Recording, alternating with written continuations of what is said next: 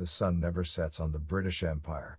Arguably the greatest empire of all time, at its height the British Empire was certainly the largest empire in history, and for nearly 2 centuries was the foremost global power.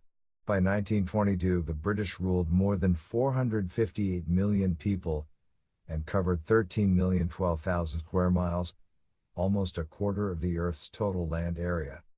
But in spite of these great accomplishments, the British Empire sowed the seeds for some of the worst disasters that have afflicted humanity. Although the British were not responsible for all of the events directly, their interference in others' problems was often just as destructive. Here are 10 ways the British Empire ruined the world. Number 10. Apartheid. Apartheid was a system of racial segregation enforced through legislation by the National Party governments, the ruling party in South Africa from 1948 to 1994. The rights of the nation's black majority were curtailed, and white supremacy and Afrikaner minority rule was maintained. The British did institute some reforms after they seized the Cape from the originally Dutch Boers, such as by repealing the more offensive anti-black Boer laws. But after 100 years of wars, and having gained complete political control, the British made a decision that doomed many South Africans. They gave Boer republics the green light to disenfranchise all non-whites.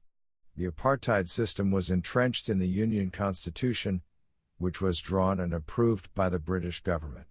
In 1913, the Native Land Act was brought into force, pushed black people off the land on which they were either owners or tenants, and relocated them to shanty towns in the cities. Apartheid would not end until the F.W. de Klerk government moved to lift bans on African political parties, such as the African National Congress and Pan-African Congress. These actions culminated in multiracial democratic elections in 1994, which were won by the African National Congress headed by Nelson Mandela. Number 9. Irish Potato Famine. During the summer of 1845, a blight of unusual character devastated Ireland's potato crop, the staple of the Irish diet. A few days after potatoes were dug up from the ground, they began to rot. Over the next 10 years more than 750,000 Irish died from the ensuing famine, and another 2 million left their homeland for Great Britain, Canada, and the United States.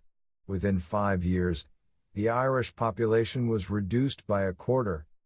The inadequacy of relief efforts by the British government worsened the horrors of the famine. England believed that the free market, left to itself, would end the famine. In 1846, in a victory for advocates of free trade, Britain repealed the Corn Laws, which had protected domestic grain producers from foreign competition. The repeal of the Corn Laws failed to end the crisis, since the Irish lacked sufficient money to purchase foreign grain. Britain began to rely on a system of workhouses, which had originally been established in 1838, to cope with the famine. But these grim institutions had never been intended to deal with a crisis of such enormity.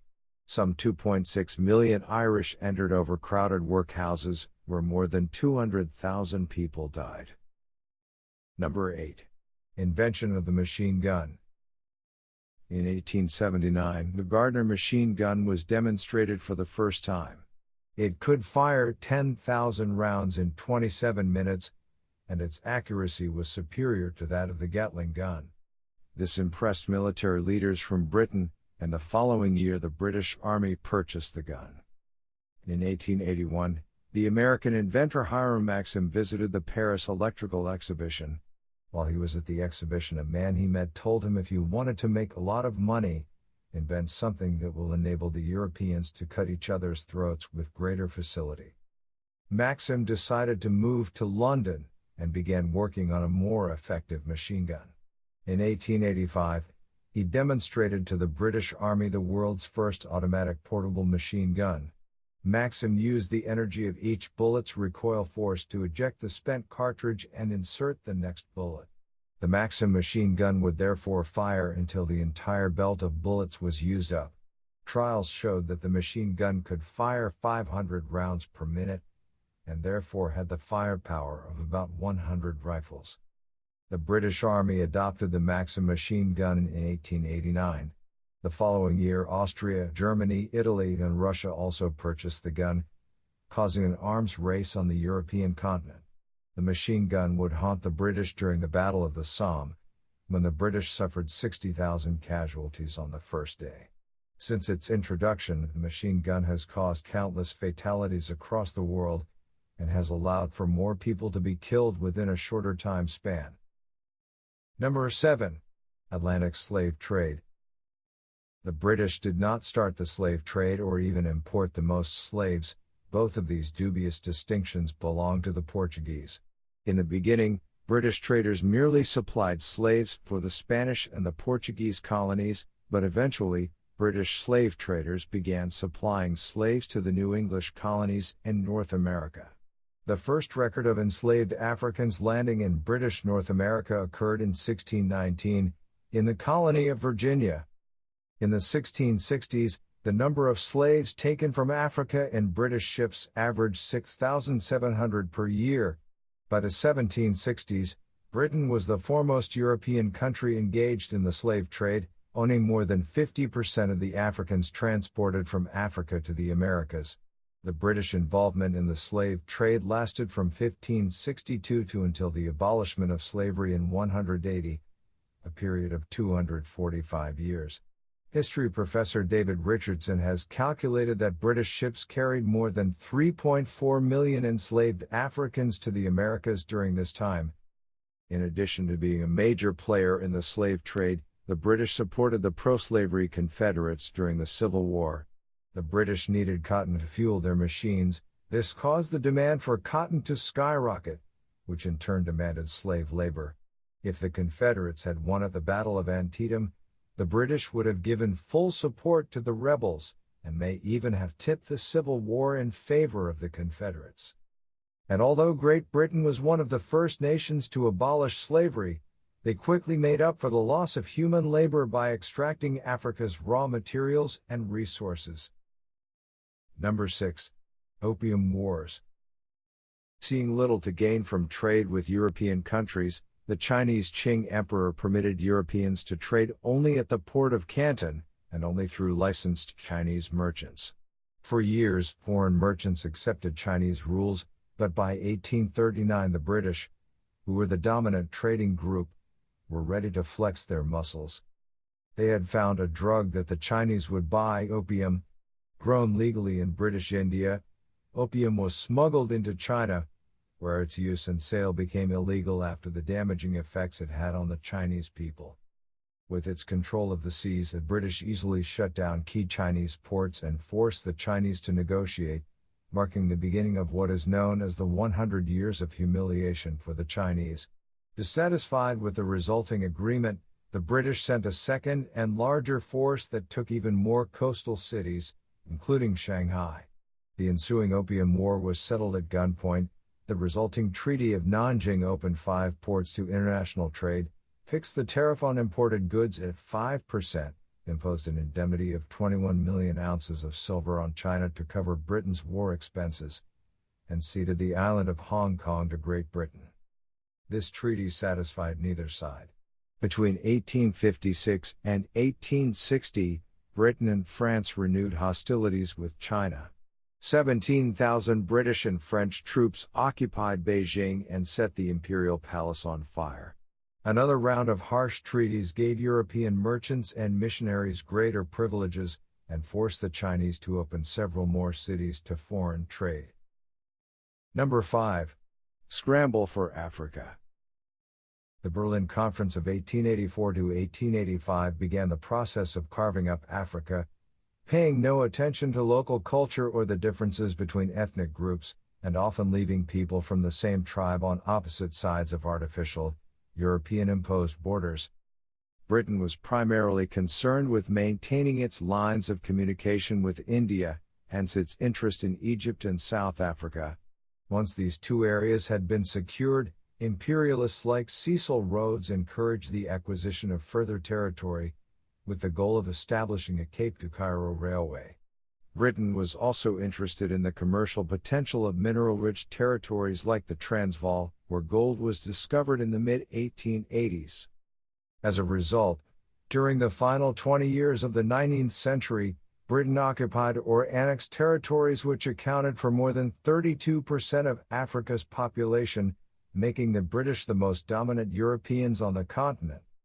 By 1965, Britain had lost its stranglehold on the continent, but the consequences of imperialism were immense. Firstly, the settler states of Kenya, Rhodesia, and South Africa saw many episodes of violence before African nationalists could forge a return to stability after the departure of the colonial governments. Corrupt African strongmen or dictators often gained power, despite ignoring the social needs of the people. Economic dependence on the West, coupled with political corruption, crippled attempts to diversify. Even today, Africa is the least developed region in the world, with poverty and malnutrition running rampant. The idea that Europeans wanted to civilize Africa was an utter lie, and a means to justify the exploitation of the continent. Number 4.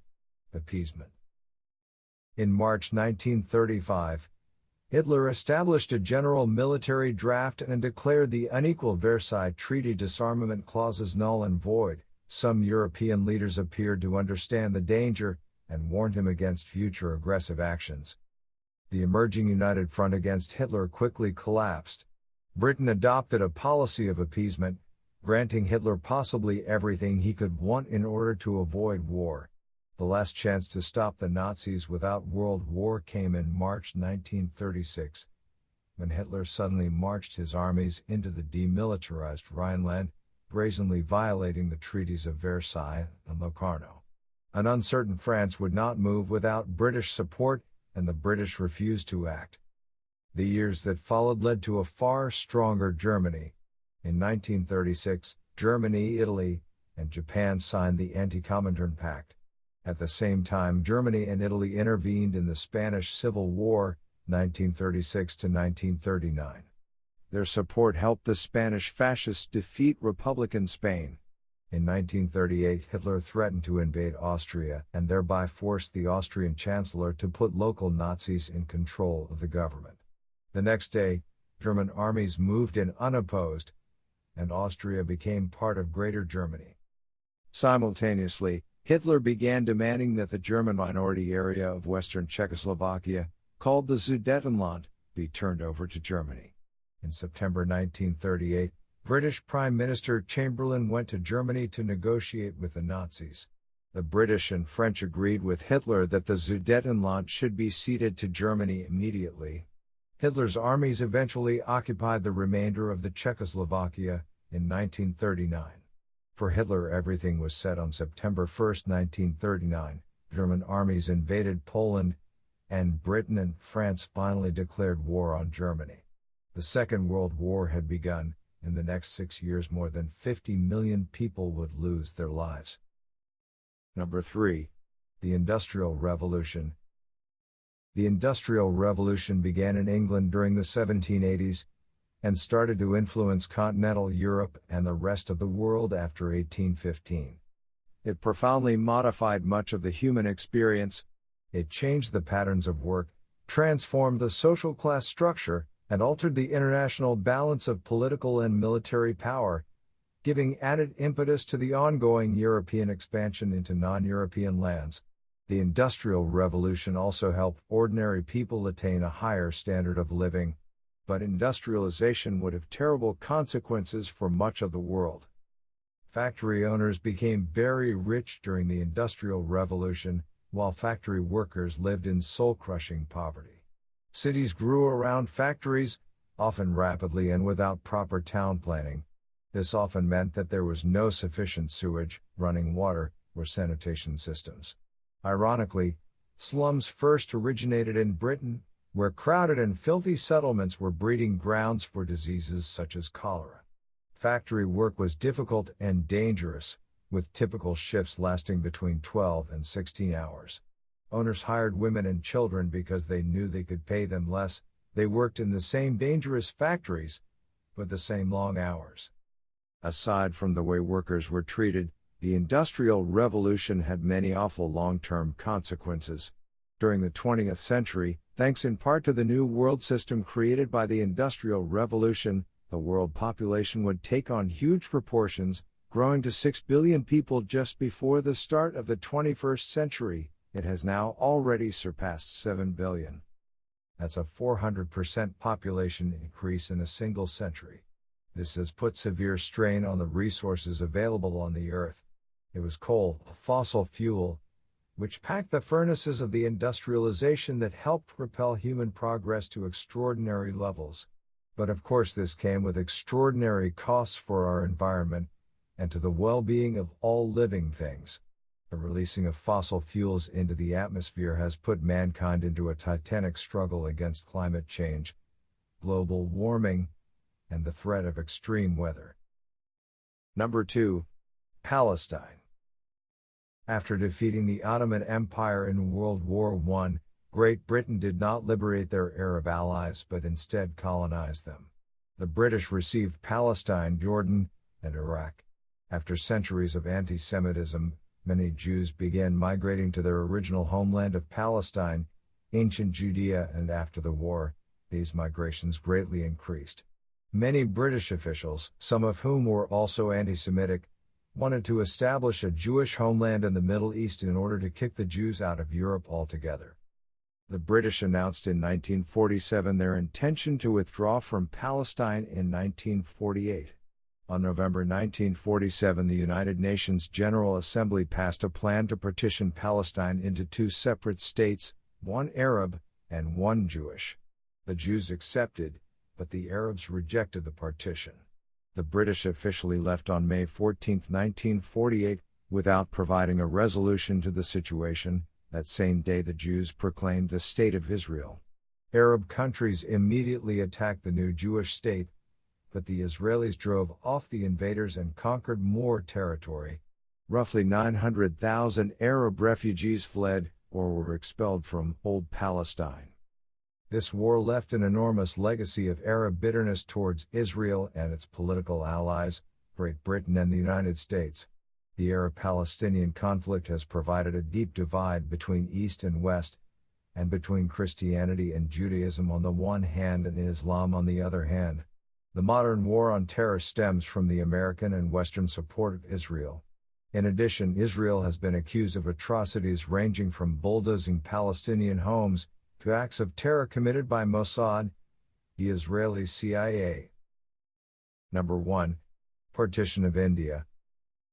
After 2 centuries of colonialism in India, the British Labour government agreed to a speedy independence of India after 1945. But conflict between Hindu and Muslim nationalists led to murderous clashes between the two communities in 1946. When it became clear that the Muslim League would accept nothing less than an independent Pakistan, India's last viceroy, Lord Louis Mountbatten, proposed partition.